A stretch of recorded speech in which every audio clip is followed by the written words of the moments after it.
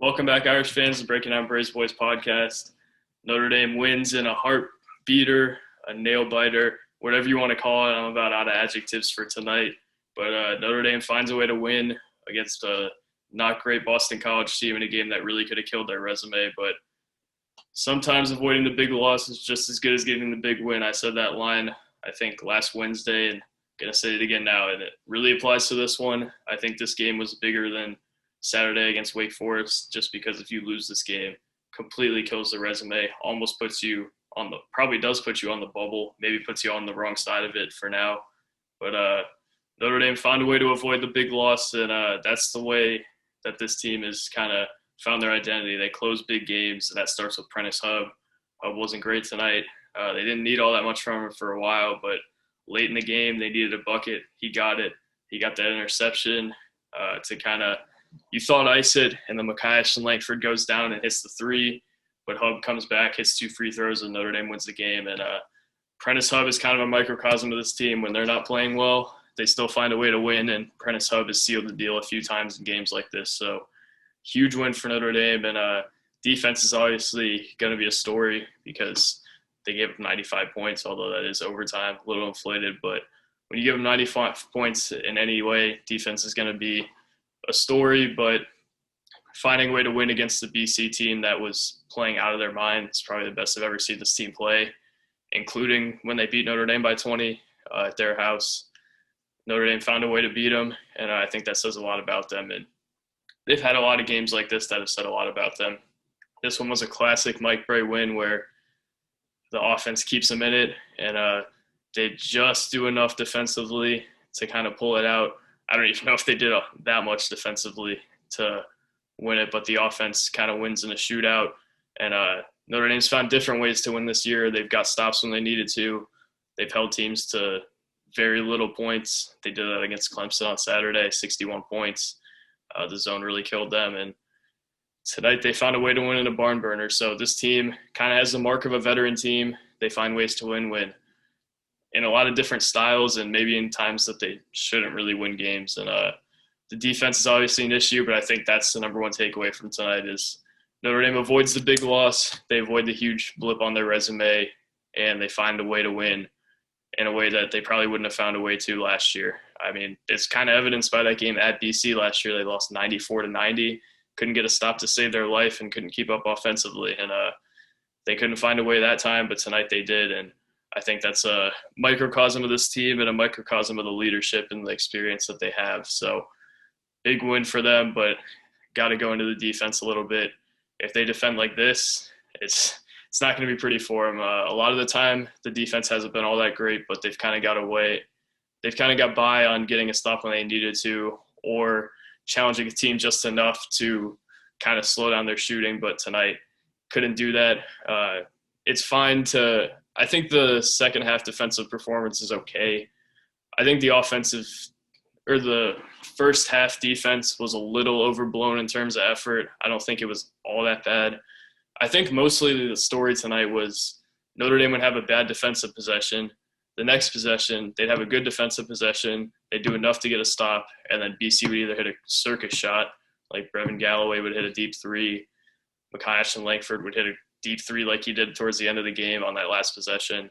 DeMar Langford would hit a fadeaway, something along those lines. Or BC would get the rebound and put it back in. And I think that made their defense look a lot worse than it actually was. BC's not going to hit those kind of shots very often, but defense still is certainly a concern. I think the effort at times was not great. Like Jordan Cornette said on the broadcast, the rotations were not all that great. And, yeah, I mean, they weren't really getting out of it what they put in a lot of the times, though. I mean, even when they contested the shot, it seemed like it went in. So I don't know if there's that much more Notre Dame could have done defensively, at least in the second half. But I think when they needed a stop, they couldn't really get it, and that's the biggest issue for me.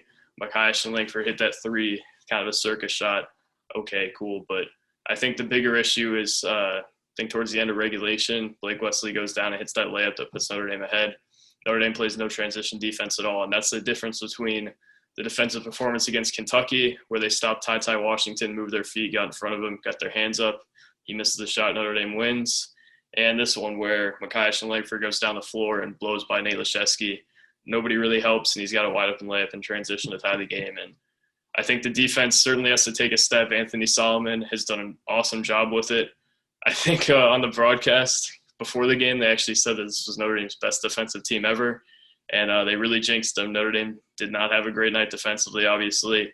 I think it was I'd say it's about 60% Notre Dame, 40% BC.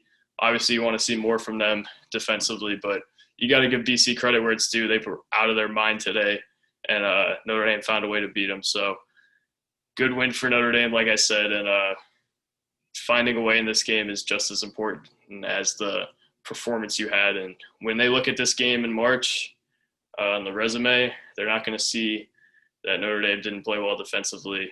They're going to see that they found a way to win this game, and that's what really counts on the resume. Context doesn't matter all that much with all these games, and just finding a way to win these games is huge. And especially with the kind of depleted Nate Laszewski, they found a way to win, and that was huge. So moving on to the players, I think I hit everything I wanted to. Before that, the offense really kept him in this one. The offense wasn't even all that great tonight, especially early. It flowed much better against Clemson, but just found ways to score even without the guards getting in the lane. They hit shots, and Dane Goodwin was a huge part of that. It was almost the sole reason they were in it throughout the entire first half. They kind of went away from him in the second half. I thought he easily could have had 30, but 8 for 13, 4 for 7 from 3, 23 points. Can you ask for more? Not really. Dane had 4 rebounds too, and he really kept Notre Dame's head above water throughout pretty much the entire first half and almost the entire second half. So solid performance from Dane Goodwin. And because he didn't have any heroics late, he's not really going to be commended all that much. But, man, he was huge for them winning this game. And as was Prentiss Hubb, who was kind of on the opposite spectrum, didn't have that great of a game all around, but hit some big shots late to put him up. Blake Wesley, it's a bit of a mix. You could kind of tell he was a freshman tonight. And then there were plays like the one where he did that, I think it was a hezzy, and then got in the lane, played off 2 feet, hit a floater. Next possession, got that fast break steal, and then put it on the floor, stopped, hit a jump shot in transition. And those are the plays where Blake Wesley looks like a pro. I think tonight there were just as many plays where he didn't look like a pro, and some of those were late, some of those were not late. And you got to live with that with a guy that's talented. You're going to love what you see sometimes. Sometimes you're not going to. He's a freshman. And I thought it was encouraging. He played a lot of point guard tonight. Prentiss didn't really have the assist numbers because of that. Blake only had 4 through 99 points. I'm astounded at how little assists Notre Dame had. They had 11 assists through 99 points. So interesting. But I don't know. Blake Wesley, I think, has really developed as a playmaker. You saw him kick it out to Dane in the corner, kicked it to Nate down low for a layup to put him ahead late. And I think his playmaking's really taken a step and really helped them to kind of close some of these games out. Also had that big bucket late, and that jump shot he missed at the end of regulation to win it would have been electric if he made it, but you kind of take your lumps there. That wasn't a bad shot. It wasn't rushed really, but you'll take what you got from Blake tonight. It wasn't bad at all, and finished with 18 points, 6 for 15, 1 from 4, and then kind of chipped in everywhere else, 5 rebounds, 4 assists, 2 steals, and really passed the eye test tonight, and at times looked like an NBA player. So you take what you can get from Blake Wesley as a freshman, and he certainly bypassed all our expectations, especially in a game like this where he really contributed late. So good to see that kind of performance from Blake. He's really turned it on lately after kind of that shooting slump he was in where he was making plays, but you're going to need him to score eventually, and they're getting that now. So great to see. Cormac Ryan, I've seen a lot of slander for Cormac Ryan on Twitter over the last few hours. I don't think that's valid. He was okay today, hit some big free throws when they needed it, got that big almost putback that drew the foul late. He did what Cormac does, and I don't know what the huge problem was tonight. I thought he stayed with it defensively, even when shots were hitting his face. I mean, I don't think he had his greatest defensive performance tonight. Nobody did, but I thought he was kind of an anchor for them. Just kept the intensity up and hit some shots too. What do you have, 12 points? I think if you if you can take solid defense, 6 rebounds, 3 assists, 12 points from Cormac Ryan, even in a game like this, you're going to take it. And I think he got a lot of frustration taken out on him by the Notre Dame fan base, and I didn't think he was all that bad tonight, to be honest. You'll take that from him. Speaking of taking that from him, Nate Laszewski had 16 tonight while injured, hit some big shots late, got some big rebounds, and just kind of contributed all around. Like I said earlier this week, even when he's not healthy, he's still finding ways to impact the game. Like, he's drawing guys out to the perimeter, he's getting rebounds, he's defending the post, he's getting fouls drawn on him by the DC bigs who both eventually fouled out. I'm going to talk a little bit more about that with Atkinson. I think that was his greatest contribution. Atkinson's was just getting them in foul trouble, but hey, Nate Laszewski was on it today, and he didn't look like he was going to be early just because of that injury, but he really settled in, hit that 3, and really got him going, hit some big shots down the stretch, and Nate Laszewski was solid tonight, and that's all you can ask for from him when he's not healthy.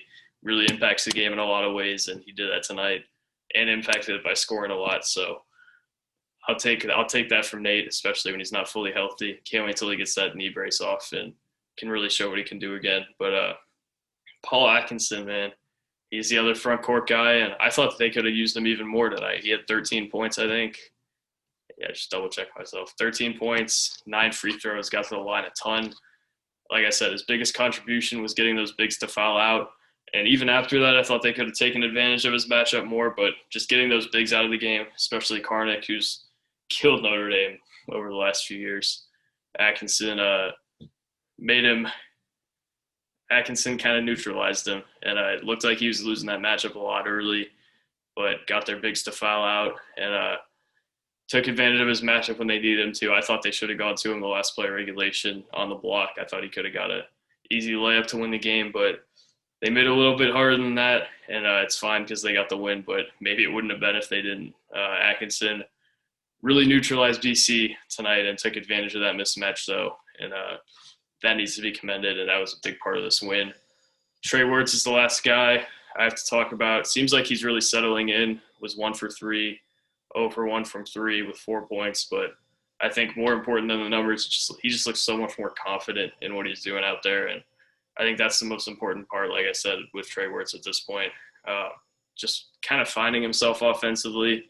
They're going to need him at some point. They didn't need him tonight all that much, but they're going to need him at some point. They've needed him a few games this week, or over the last couple of weeks. Sorry, long day. But Wertz really got it.